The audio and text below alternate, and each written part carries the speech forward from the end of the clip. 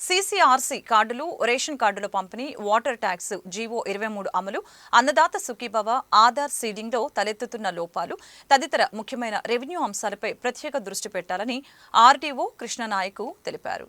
రాజనగరం మండలం పరిధిలోని రెవెన్యూ అంశాలపై క్షేత్రస్థాయి అధికారులతో సమీక్ష సమావేశాన్ని రాజమహేంద్రవరం రెవెన్యూ డివిజనల్ అధికారి ఆర్ కృష్ణనాయక్ మంగళవారం తహసీల్దార్ కార్యాలయంలో నిర్వహించారు. తహసీల్దార్ కార్యాలయ సిబ్బంది, గ్రామ రెవెన్యూ అధికారులు సమావేశంలో పాల్గొన్నారు.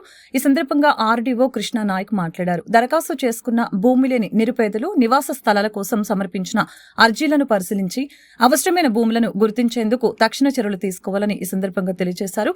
స్వామిత్వ పథకం రీసర్వే ప్రక్రియలపై సమాంతర నిర్దేశించిన లక్ష్యాలను సాధించడంపై ప్రత్యేక దృష్టి సారించాలని స్పష్టం చేశారు. ఈ పథకాల అమలులో పారదర్శకత వేగవంతం చేయాలని అన్నారు. ప్రజలతో నేరుగా సంబంధమున్న రెవెన్యూ శాఖ అధికారులు విధుల్లో నిబద్దత, స్పందన తత్వంతో పనిచేయాల్సి ఉందని తెలిపారు.